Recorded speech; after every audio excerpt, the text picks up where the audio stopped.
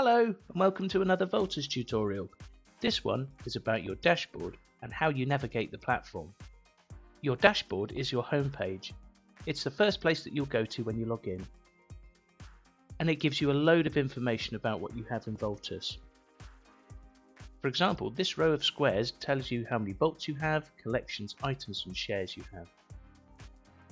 Below this, you'll see a bunch of widgets. These give great detailed information about particular things.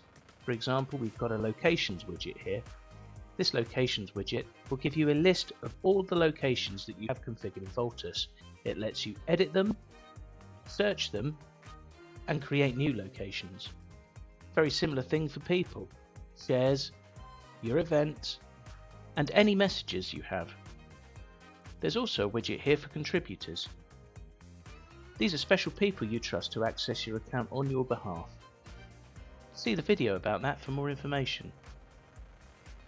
Right at the bottom there's a widget about finance.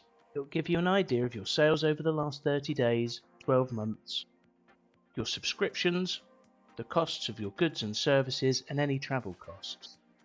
Clicking on each of these will give you more information and open up the relevant pop-up. From a navigation perspective, moving around Vaultuz is easy. Use the navigation bar on the left hand side. As you can see, the menu icon is highlighted. This gives you a link to every page you need to go to in Vaultuz. You'll also notice that there is a quick menu button here. This gives you a shortcut to all the useful things that you'll do in Vaultuz every day. There's also a quick menu button on the dashboard that does the same thing.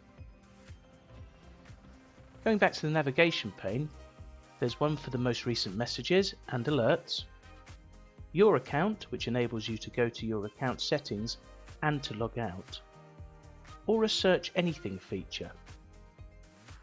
Here you can search on individual items and pieces, shares and ancillaries, or you can search through the whole platform with this search everything feature.